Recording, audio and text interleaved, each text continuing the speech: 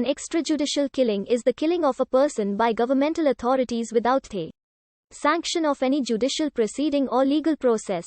They often target political, trade union, dissident, religious and social figures. Mr. Morris did bold bins as since 1 April 2021 the United Nations Special Rapporteur on Extrajudicial Summary or Arbitrary Executions supported by the Office of the United Nations High Commissioner for Human Rights. Many human rights organizations, including Amnesty International and Human Rights Watch, are campaigning against extrajudicial punishment. Extrajudicial killings and death squads are common in Burundi. Extrajudicial killings and death squads are common in Democratic Republic of the Congo.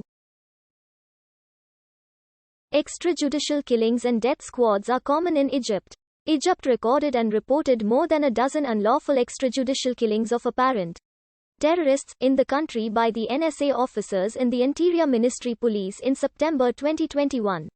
A 101-page report detailed the armed militants being killed in shootouts despite not posing any threat to the security forces or nations of the country while being killed, which in many cases were already in custody.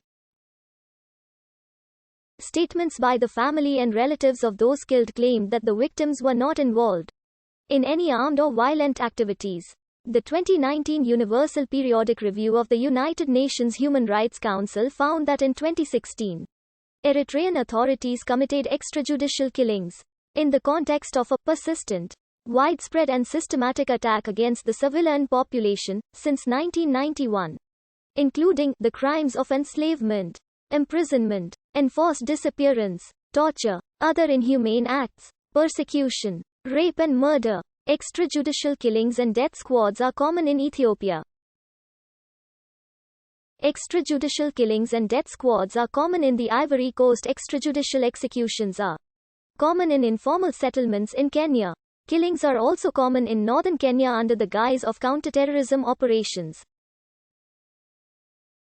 Extrajudicial killings and death squads are common in Libya.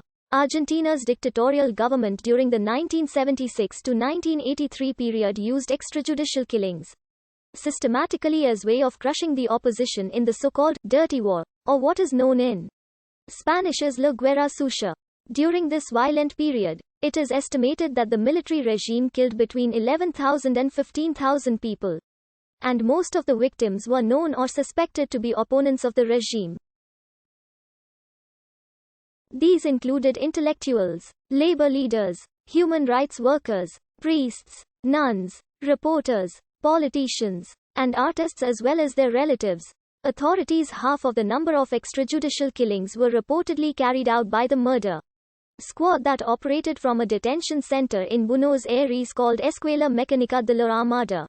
The dirty wars in Argentina sometimes triggered even more violent conflicts since the killings and crackdowns precipitated responses from insurgents.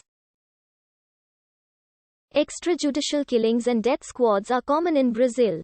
Senator Flávio Bolsonaro, son of President Jair Bolsonaro, was accused of having ties to death squads. When General Augusto Pinochet assumed power in 1973, he immediately ordered the purges, torture, and deaths of more than 3,000 supporters of the previous government without trial. During his regime, which lasted from 1973 to 1989, elements of the military and police continued committing extrajudicial killings. These included Manuel Contreras, the former head of Chile's National Intelligence Directorate, which served as Pinochet's secret police. He was behind numerous assassinations and human rights abuses such as the 1974 abduction and forced disappearance of Socialist Party leader Victor Olier Alegria.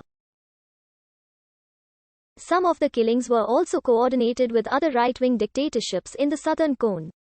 In the so-called Operation Condor, there were reports of United States' Central Intelligence Agency involvement, particularly within its activities in Central and South America that promoted anti-communist coups. While CIA's complicity was not proven, American dollars supported the regimes that carried out extrajudicial killings such as the Pinochet administration. Kia, for instance, helped create DINAR and the agency admitted that Contreras was one of its assets. Extrajudicial killings and death squads are common in Colombia. Extrajudicial killings and death squads are common in El Salvador. During the Salvadoran Civil War, death squads achieved notoriety when far-right vigilantes assassinated Archbishop Oscar Romero for his social activism in March 1980. In December 1980, 4 Americans, 3 nuns and a lay worker, were raped and murdered by a military unit later found to have been acting on specific orders. Death squads were instrumental in killing hundreds of peasants and activists, including such notable priests as Rutilio Grande, because the death squads involved were found to have been